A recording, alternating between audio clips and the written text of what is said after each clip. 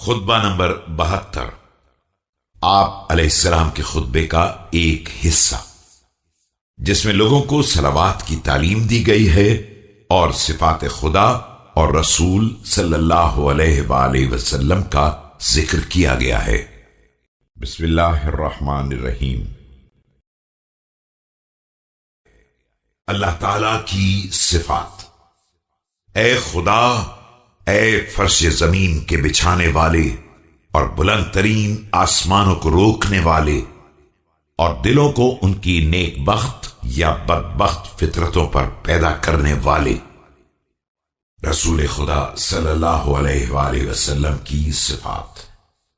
اپنی پاکیزہ ترین اور مسلسل بڑھنے والی برکات کو اپنے بندے اور رسول حضرت محمد صلی اللہ علیہ وآلہ وسلم پر قرار دے، جو سابق نبوتوں کے ختم کرنے والے، دل و دماغ کے بند دروازوں کو کھولنے والے، حق کے ذریعے حق کا اعلان کرنے والے، باطل کے جوش و خروش کو دفع کرنے والے اور گمراہیوں کے حملوں کا سر کچلنے والے تھے۔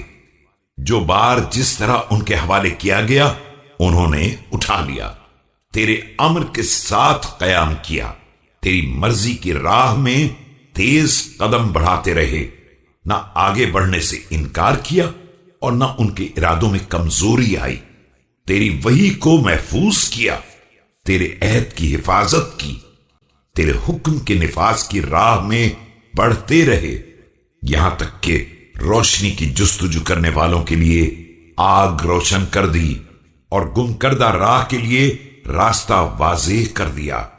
ان کے ذریعے دلوں نے فتنوں اور گناہوں میں غرق رہنے کے بعد بھی ہدایت پالی، اور انہوں نے راستہ دکھانے والے نشانات اور واضح احکام قائم کر دیے۔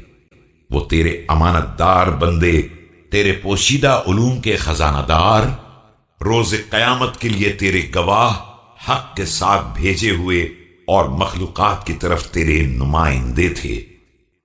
رسول خدا صلی اللہ علیہ وآلہ وسلم کے حق میں دعا۔ خدایا، ان کے لیے اپنے سایہ رحمت میں وسیع ترین منزل قرار دے دے اور ان کے خیر کو اپنے فضل سے دگنا چوگنا کر دے۔ خدایا، ان کی عمارت کو تمام عمارتوں سے بلند تر اور ان کی منزل کو اپنے پاس بزرگ تر بنا دے۔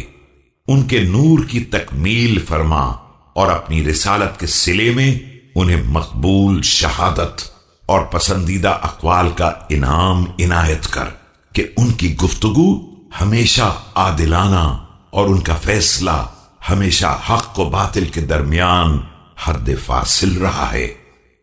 خدایا، ہمیں ان کے ساتھ خوشگوار زندگی، نعمات کی منزل، خواہشات و لذات کی تکمیل کے مرکز، آرائش و طمانینت کے مقام اور کرامت و شرافت کے تحفوں کی منزل پر جمع کر دے۔